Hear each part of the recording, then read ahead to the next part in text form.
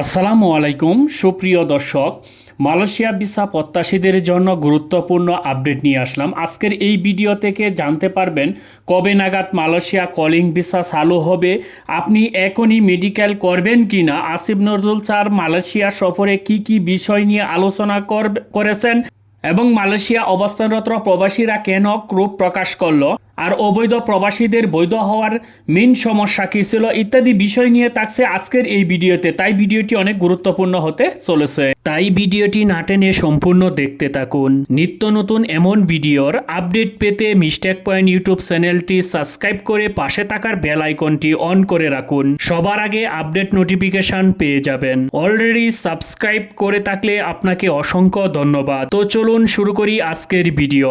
সুপ্রিয় দর্শক, ইতিমধ্যে আসিফ নজরুল স্যার মালয়েশিয়াতে সফর অবস্থায় আছেন।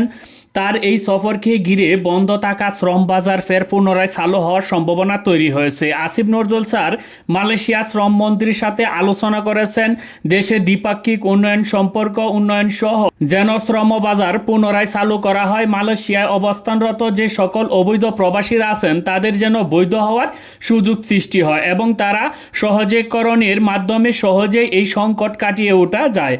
অবস্থানরত বৈধ অনেক প্রবাসী আছেন যাহারা কাজ পাচ্ছেন না, তাদের কাজের সংকট নিরসনের ব্যাপারেও আলোচনা করেছেন। মালয়েশিয়ার অভ্যন্তরে সকল সমস্যা নিরসনের মাধ্যমে নতুন করে পুনরায় মালয়েশিয়ার কলিং ভিসা সহ সকল সেক্টরে ভিসা চালু, এই বিষয় নিয়ে অনেক গুরুত্ব সহিত আলোচনা করেছেন। সব কিছু বিচার বিশ্লেষণ করে আশা করা যায় ভালো কিছু সংবাদ পাওয়া যাবে।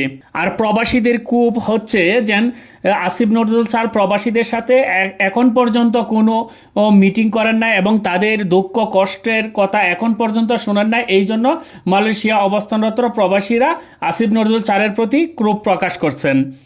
21শে মে এবং 22শে মে বাংলাদেশে শুরু হতে যাচ্ছে যৌথ ওয়ার্কিং গ্রুপের বৈঠক। সেই বৈঠকের পরে জানা যাবে মেডিকেল কবে নাগাদ শুরু হতে পারে। কলিং ভিসা সহ সকল সেক্টরের ভিসা ইস্যু করার তারিখ জানা যাবে 21-22শে মের বৈঠকের পর।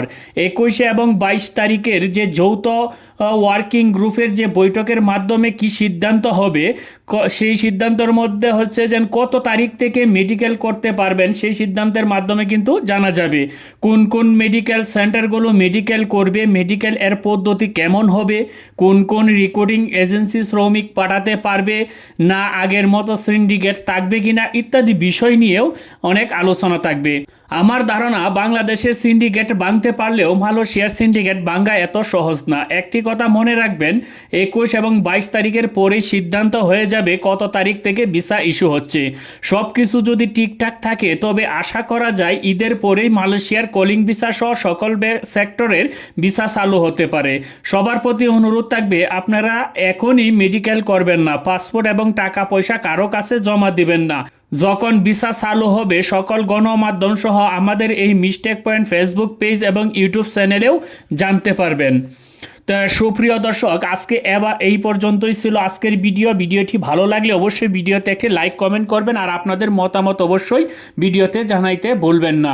সবাই ভালো থাকবেন, সুস্থ থাকবেন। আজকে এবারের মতন বিদায় নিলাম, দেখা হবে পরবর্তী ভিডিওতে। ধন্যবাদ সবাইকে।